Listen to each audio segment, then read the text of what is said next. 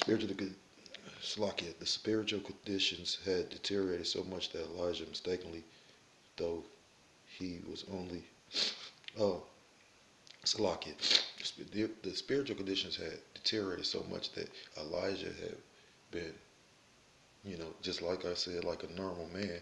He was thinking that he was like the only person left still following the Most High God,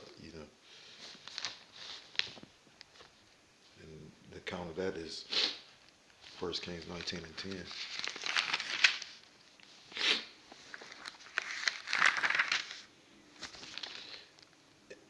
1 Kings 19 verse 10.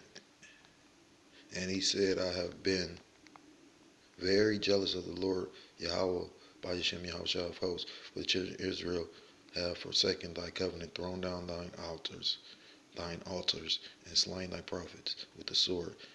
And I, even I only, am left, and they seek my life to take it away. So like I said, it probably, could you even imagine that? Like being so, he, that makes you really sit and think about it, like it had to be so, I ain't gonna, curse, because, we got to work on ourselves daily. So that's a new thing I'm gonna try. Unless the spirit, sometimes it slips out, but you know, if you're conscious of it, I'm gonna try and catch it. But conditions had to be so bad that, you know, can you imagine it? Think about it. Like you just, like us brothers in the truth. Think about it. We got the Akim out there to help us and edify us and build us up and keep us pushing. But when you just by yourself, you know what I mean? Like it's deep. And for like I said, with all that Elijah was able to do, he still questioned it, you know. But the thing about Elijah that makes him, you know, amazing man, is that he was loyal and faithful and trusted. And that's the thing. Like in the book of Hebrews, you had the saints that came before him. They had faith. He had faith.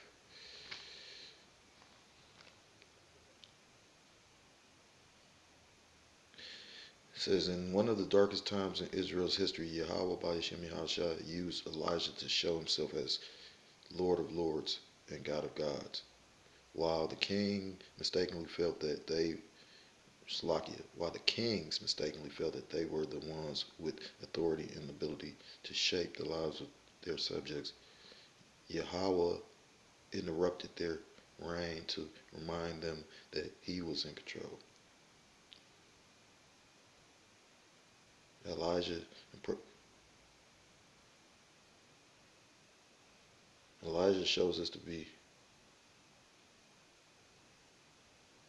Elijah shows us that he was a man of courage. And basically a man with courage because he, like I said, he trusted in Yahweh by Yahshua Yahweh. He boldly stood before the king and declared to Ahab. And you got to remember, he went to the king. Don't say he had no entourage. He didn't have his Akim with him. It don't say he had anybody. He went before a king that had soldiers. You don't know if he was in the king's court where it's a, you don't know, because the king could have killed him at any time, right? Like put that man to death. But no, he boldly walked in front of the king, and I'm gonna reiterate, bring the scripture up again, 1 Kings 17 and 1. And Elijah the Tishbite, who was of the inhabitants of Gilead, said unto Ahab, as Yahweh by Hashem Yahushua of Israel liveth, before whom I stand, there shall not be dew nor rain these years, but according to my word. So, like I said, that's some courageous, bold, bold stuff. Israel's economy was based on agriculture. Back then, you gotta remember. Now, in response to Elijah's prayer, Yahweh was about to withhold the seasonal rains from the people who needed to grow their crops. Why? This was to wake up or it was a wake-up call to his people. It was a moment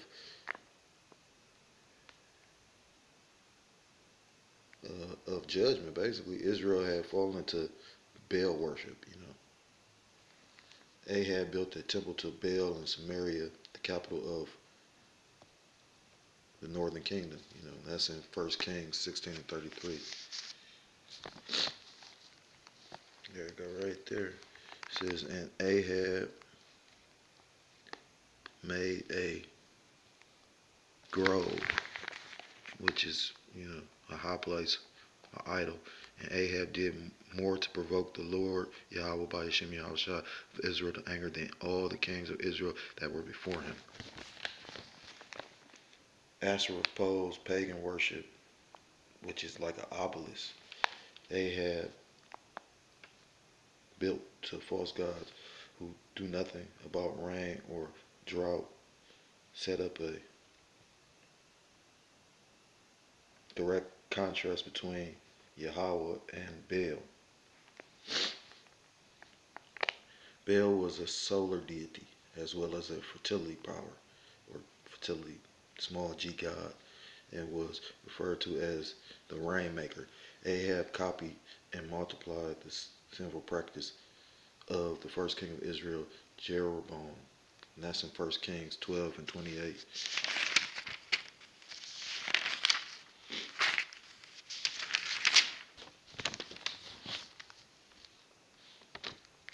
It says, whereupon the king took counsel and made 2 calves of gold, and said unto them, it is too much for you to go up to Jerusalem. Behold thy gods, O Israel, which brought thee up out of the land of Egypt. So if you read to 26, it speaks on it. And Jeroboam said in his heart, now shall the kingdom return to the house of David. Verse 27, if this people go up to do sacrifice in the house of Yahweh by Hashem Yahushua at Jerusalem, then shall the heart of this people turn again unto their Lord, even unto Rehoboam, king of Judah, and they shall kill me, and go again to Rehoboam, king of Judah. Verse 28, whereupon the king took counsel and made 2 calves of gold, and said unto them, it is too much for you to go up to Jerusalem. Behold thy powers of thy gods, O Israel, which brought thee up out of the land of Egypt. Ahab introduced Baal worship to the people of Israel, a form of idol keeping that came along with Jezebel from her homelands of Tyre and Sidon. Not only did Ahab introduce Baal worship, but he raised it to a level. Well, in the book it says he raised it to the level of import, that of the level of how they was worshiping Yahweh by Hashem Yahushua. If you review 1 Kings 16 and 32, and Jeroboam ordained a feast in the 8th month, on the 15th day of the month, like unto the feast that is in Judah, and he offered upon the altar.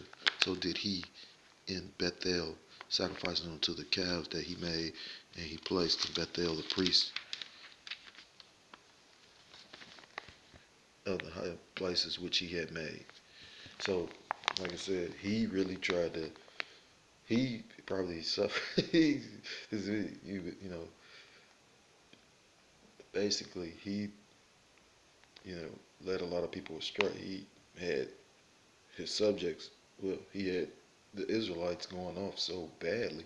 It's one thing to turn away one person, but he turned away, a lot of people. So you read that. I mean, you just see that. He made a feast, what I mean? So just imagine how many people were partaking in that.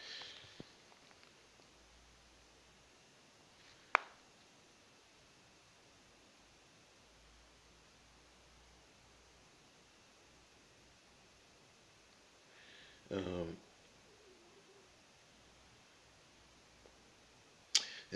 in 1 Kings 16:32 explains that Ahab constructed a temple in Samaria, and in the temple was an altar to Baal.